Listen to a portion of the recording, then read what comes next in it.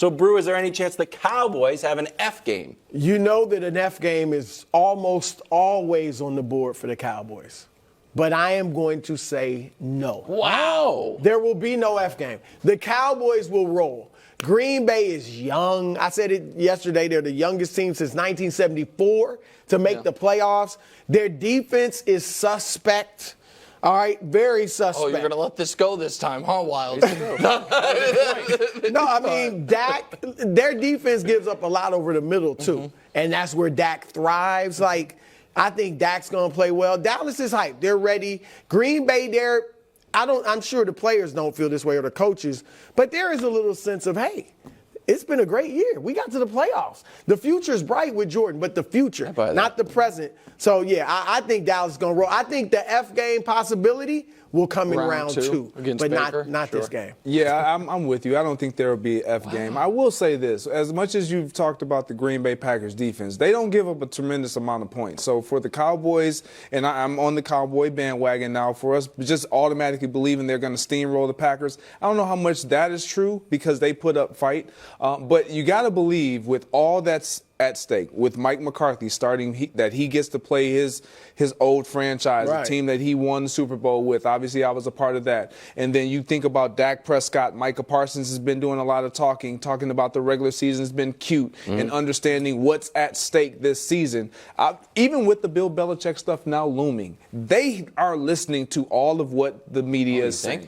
Of course. Yeah. Micah talks every week. Yes. No, but do you think that's in McCarthy's head? Of course. Ooh. Of course. He understands. He hasn't been great in his tenure with the Dallas Cowboys, specifically in the playoffs. And so this is when, as a head coach, he would always tell us, this is when the games really matter. This is what matters. This is this time of year where you separate good from great to elite. He understands that. He is no exception. So I put it at 0%.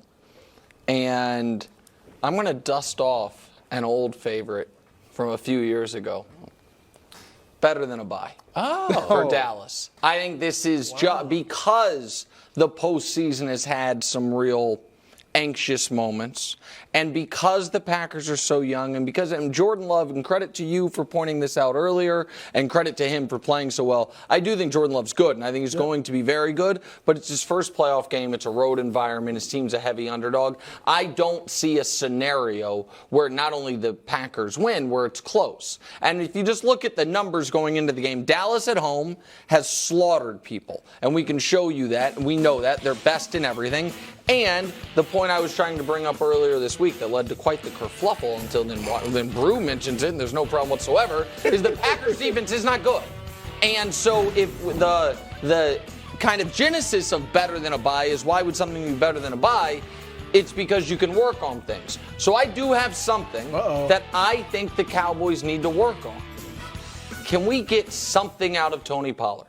If you're Dallas. He was good last week. Exactly right. And that's why you saw a little, he was still, I think it was 17 for 70. Yep. And so that's not great. But, the guy had 1,005 yards this year in a 17-game season to feature back. And so can you get that running game going at least a little bit to even further open up the passing game? So I think that's the Cowboys You may approach. have opened the door. I hate to say it. You may have opened the door to the F game. Why? Because last time you talked about somebody practicing, what happened? What do you mean? They started. They went 5-5 over the last 10 years. They weren't practicing then. If you remember, the practice was actually yes, it was because I said they were practicing until the Dolphins game. That was what I said. And the Dolphins game made them 7-2, and so maybe they need to get back to practice. Actually, now that I think about it, they were way better when they were practicing. That's a good point. There's now 2 coaches on the market that if I were Jeffrey Lurie, I would far rather have than Nick Sirianni.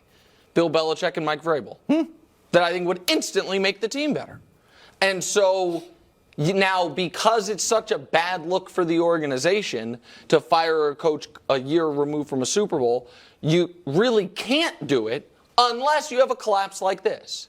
You lose 6 of 7 down the stretch, and we can show you what they've been down the stretch. And what they've been down the stretch is arguably the worst team in the league, certainly one of them. And if that culminates in losing to the NFC South winner with an injured quarterback, you can say, and you can try to, half measure it and be like, listen, this is not about Nick, but You only have one chance to hire Bill Belichick, and we're going to take it. And with Vrabel, you couldn't really say that. It would just be like, we just think he's better than you, buddy. Sorry. You let your already injured quarterback who walked to the sideline with a crooked finger in a game that was mostly meaningless go back in the game. That's a coaching error. And so that the reason for him coaching for his job, that to me grew even including today. Well, look, if he's lost Jalen Hurts, and they should definitely not let Jalen Hurts pick the next coach. All right, I'm not saying that. But if you've lost your leader in the locker room and maybe some of the other leaders and players, then that's a big problem. So that's just a caveat. But yesterday I would have said he's probably not. In fact, I'd say, look, he's made the playoffs 3 straight years. They were a 4-win team. I know it was only 1 year, but they were a 4-win team when he got there. Took them to the Super Bowl 1 of the 3 years. Okay, this is a down year, but you still won 11.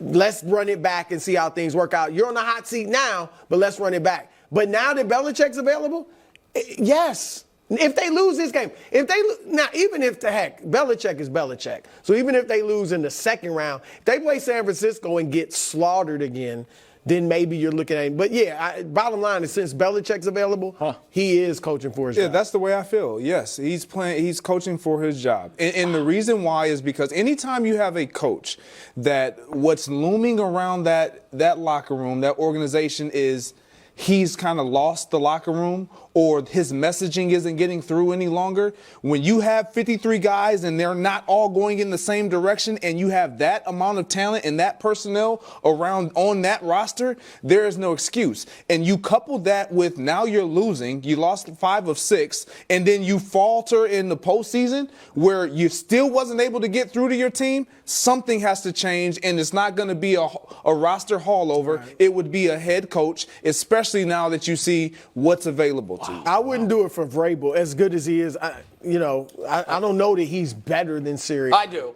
I mean, okay, that's fine, but he's 13-21 the last 2 years. And I know he hadn't had what Sirianni's had to work with, but Sirianni's record is good. And so, I mean, this is a bad year, obviously, the second half. But I wouldn't do it for Vrabel, but Belichick, yeah. And I just, if I may, the last 2 losses felt like coaching losses.